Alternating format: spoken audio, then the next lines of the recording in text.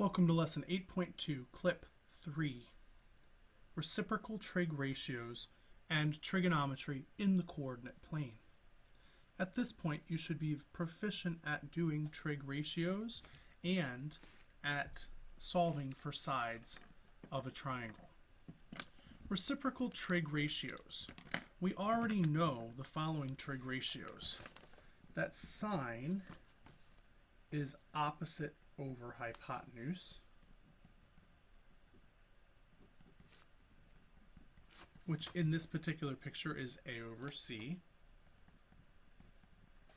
That cosine of an angle, I'm going to do it for angle A, is adjacent over hypotenuse using the expression SOHCAHTOA. That's an H, by the way. Adjacent over hypotenuse would be B over C. And tangent of angle A, being opposite over adjacent, is A over B. But the reciprocals of these ratios are also trig functions. That's why we're looking at the reciprocal trig ratios or trig identities. And they are as follows. Cosecant, written cosecant, that goes with sine, and it is the reciprocal of sine. It's 1 over sine of A. Or in this case, C over A, because it is hypotenuse over opposite. The secant, which is abbreviated SEC, is the reciprocal value of cosine. In other words, it's 1 over A over H. So when you divide by a fraction, you multiply by the reciprocal. It's H over A. So in this particular case, it would be the reciprocal of B over C, which would be C over B. And then cotangent, which is the reciprocal. We just do COT for cotangent. We don't say cot, we say cotangent. And it's 1 over the tangent of the angle.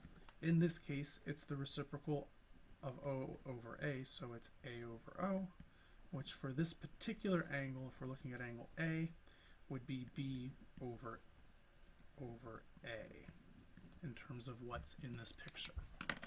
Cosecant is paired up with sine. It's its reciprocal value. You just flip the ratio.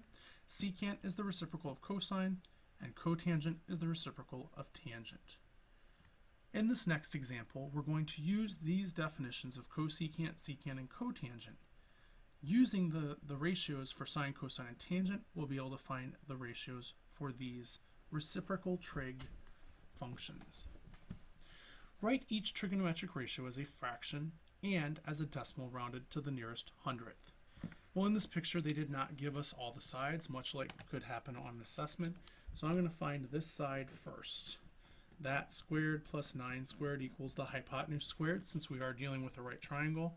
11 squared is 121, minus 81 is 40. The square root of 40 is 2 square roots of 10.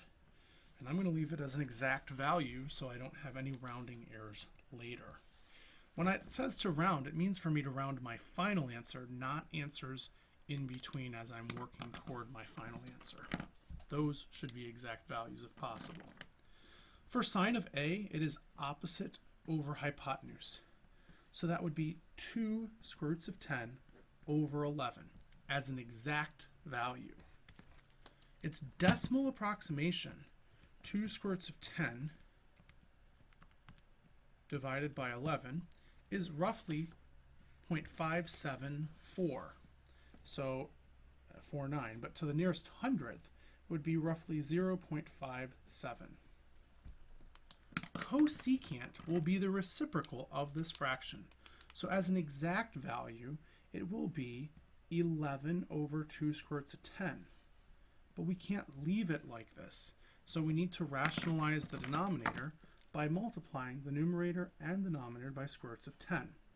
This gives us 11 square roots of 10 over 10 times 2, which is 20. We would try to reduce the fraction if possible, but we can't reduce it. So that is the exact value for cosecant of angle, oh shoot, That's for angle B. We're going to change that to angle A as our example so I don't confuse you anymore. We'll come back and look at it. We're going to take that for the cosecant of angle A. Here I will do secant of angle B, but right now I'm looking at cosecant of angle A. So if sine of A was 2 square roots of 10 over 11, cosecant of A is the reciprocal value. And I did get an exact. Now for the decimal approximation, we have 11 square roots of 10 divided by 20, which is approximately 1.74 to the nearest hundredth. Cosine of A. Cosine of A should be pretty easy. It's adjacent over hypotenuse. So it's 9 over 11, which is 0.8181, 0.81 repeated. So to the nearest hundredth would be 0.82. So we have the exact value, the decimal approximation. Next, this is where I'm going to be careful. They aren't asking for secant of A, or I would just flip that ratio. They're actually asking for secant of B. So first I'm going to find cosine of B, and then I'm going to flip it, because secant and cosine are reciprocals. So cosine of B is adjacent over hypotenuse. That's 2 square roots of 10 over 11. And so we're going to flip that to get secant. Secant of B is 11 over 2 square roots of 10. And I just did this in the last problem where we rationalized the denominator by multiplying the top and bottom by square roots of 10. This gave us 11 square roots of 10 over square root of 10 times square root of 10 is 10, times 2 is 20. Can't be reduced, that's our exact value. Our decimal approximation, as we know from before, is roughly 1.74. The tangent of angle B. The tangent of angle B is opposite over adjacent. So 9 over 2 square roots of 10, which I need to rationalize that denominator. This gives me 9 square roots of 10 over 2 times 10, which is 20. There's my exact value. 9 square roots of 10 divided by 20. The decimal approximation is 1.423. Rounded to the nearest hundredth is 1.42. For the cotangent, I don't need to flip this. I can actually go back to this before it was simplified and flip that. Instead of 9 over the square root of 2 square roots of 10, will be 2 square roots of 10 over 9. And with this reciprocal value, I don't need to rationalize my denominator. I do need to put it in to get a decimal approximation. 2 square roots of 10 over 9 is roughly 0.702.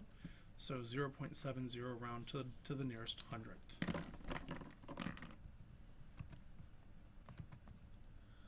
We're about to get into the coordinate plane. And when we're not in the coordinate plane, we expect side lengths to have positive lengths and angles to have positive angles. In the coordinate plane, if we're talking about rotations, it is possible to have a distance going in the opposite direction. So with respect to 0, 0, even though I'm 5 units from 0, I'm 5 units in the opposite direction. So it might be notated as -5. We know the actual length of it is 5, but the negative indicates the direction.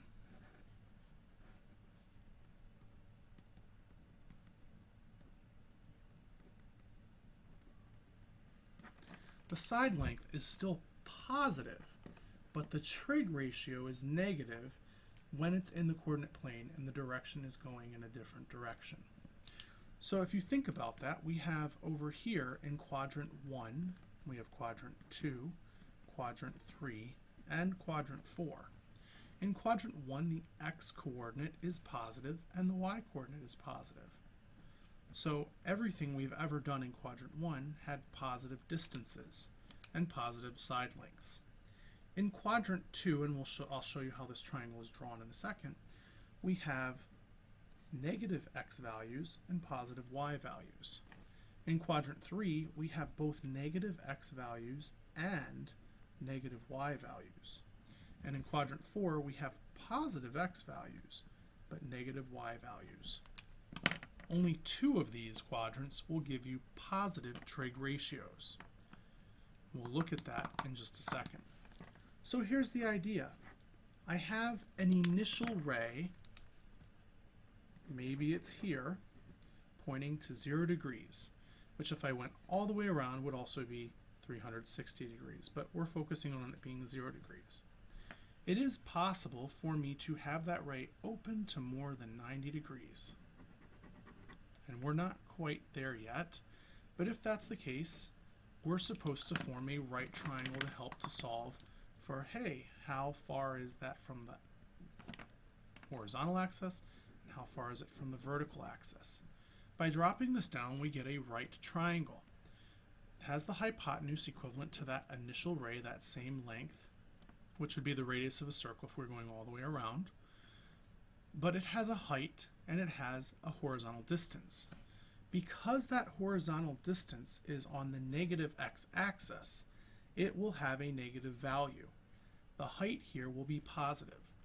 So if I do the ratio of from this angle right here, the angle with the horizontal line and with the hypotenuse on the horizontal line, that would actually give me, if I did sine, I'd get a positive answer. Cosine would give me a negative answer, and tangent, opposite over adjacent, would also give me a negative answer. So it is possible to get negative trig ratios when we're talking about points or triangles in the coordinate plane. So we have a right triangle. Here's an example of that. A right triangle formed with the hypotenuse from the origin to the given point. Write all 6 trigonometric ratios for that triangle at the given origin.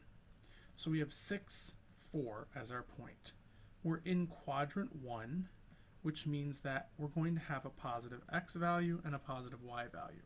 Our x value is 6.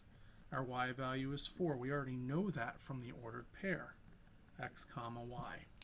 What I don't know is my hypotenuse, but I can find the hypotenuse because the hypotenuse is x, the square root of x squared plus y squared. Since a squared plus b squared equals c squared, if I want the value of c, just take the square root afterwards. So 6 squared plus 4 squared is 52. Now that's going, for this particular case, the hypotenuse is the square root of 52, which for us, we can break that down. I believe 4 goes into it, yes. So it'd be 2 square roots of 13 for this length right here. 2 square roots of 13. Using this triangle, we can write all 6 trigonometric ratios for this angle, which we'll call theta, which is formed from that hypotenuse with the horizontal line, the base of this right triangle. So sine of theta is opposite over hypotenuse, 4 over 2 square roots of 13. We can reduce this. 4 goes into 2 twice, so this is 2 over the square root of 13. We also have to rationalize it. So we're going to multiply by square root of 13 over square root of 13, which will give us 2 square roots of 13 over 13 for the value of sine. The value of cosecant of the angle would be the reciprocal of this original fraction. It would be 2 square roots of 13 over 4, which we know reduces, so it would be square root of 13 over 2. No need to rationalize the denominator. For cosine of the angle, we have to do adjacent over hypotenuse. Adjacent is 6, hypotenuse is 2 square roots of 13. 6 over 2 square roots of 13. Well, this means that we already know the value of secant is the reciprocal of this. It's 2 square roots of 13 over 6. The 2 and the 6 reduce, so this gives us square roots of 13 over 3 for secant of this angle. For cosine of this angle, we have a little bit more work to do. We first need to reduce, so that becomes 3 over square roots of 13, and then we need to rationalize the denominator, giving us 3 square roots of 13 over 13. Once again, if we could reduce further, we would, but we can't. Lastly, we have the value of tangent. Tangent of this angle is the opposite over the adjacent. which is 4 over 6, reducing to 2/3. This means that cotangent of the angle will be the reciprocal of that, 3/2, or adjacent over opposite, 6/4, reducing to 3/2. That's what we've been doing with all of our triangles because we had positive side lengths. In the next example, because the x-coordinate is negative, some of our trig functions will be negative. Let's take a look. For B, we have the x-coordinate at -2 and the height at 4. So from 0, 0 to that point is the hypotenuse, which we actually call r. We'll talk about that in a little bit because we're thinking of this as a circle that's spinning around. So this distance is 2, but it's in a negative direction. The horizontal distance is in a negative direction, -2. The vertical distance is in a positive direction, so it's 4. It doesn't matter that it's -2 because -2 squared is still +4, and 4 squared is still 16. This gives us 20. So the hypotenuse is the square root of -2 squared plus 4 squared, just using Pythagorean's theorem. This gives us the square root of 20, which breaks down to 2 square roots of 5. Again, we're looking at the angle formed with the horizontal line and the hypotenuse. So that's our theta right there that we're dealing with for now. So we're looking at to find sine of theta. Sine of theta would be opposite over hypotenuse. So that's 4 over 2 square roots of 5, which does reduce to 2 over the square root of 5. Rationalizing the denominator will give us 2 square roots of 5 over 5. Cosecant of theta is the reciprocal of this original fraction, or even of this after it was reduced. So that is the square root of 5 over 2. No need to rationalize because now the radical is in the numerator. For cosine of our angle, we have to do adjacent, the -2, over hypotenuse, 2 square roots of 5. Since I only have one negative in this fraction, the whole fraction is negative. This reduces to -1 over square roots of 5, which when I rationalize the denominator, gives me negative square roots of 5 over 5. There we have our first negative trig ratio. If I were to take the reciprocal value of that, I would get the secant, the hypotenuse over the adjacent, which would be 2 square roots of 5 over -2, reducing to negative square roots of 5, or negative square roots of 5, square root of 5 over -1, giving us negative square roots of 5. For the tangent function, it is the opposite, that's a +4, over the adjacent. So that is 4 over -2, which is -2. The cotangent of the angle is the reciprocal, -2 over 4, which is -1/2. So there we have it. With a negative x value and a positive y, we get 4 of our trig functions, cosine, secant, tangent, and cotangent, to be negative. I ask you to try letters C and D on your own.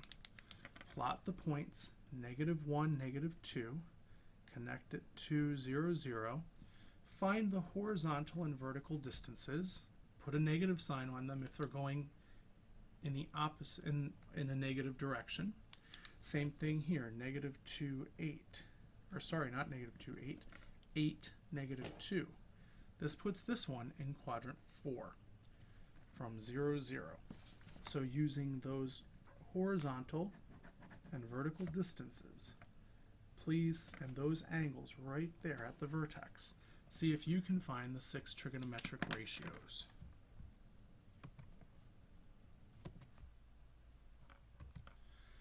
In letter C, the horizontal distance to the right angle is -1.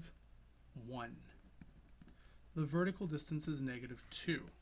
-2 squared is 4, -1 squared is 1. Add them together, you get 5. Take the square root, you get the square roots of 5. Because hypotenuse squared equals a squared plus b squared, or c squared equals a squared plus b squared.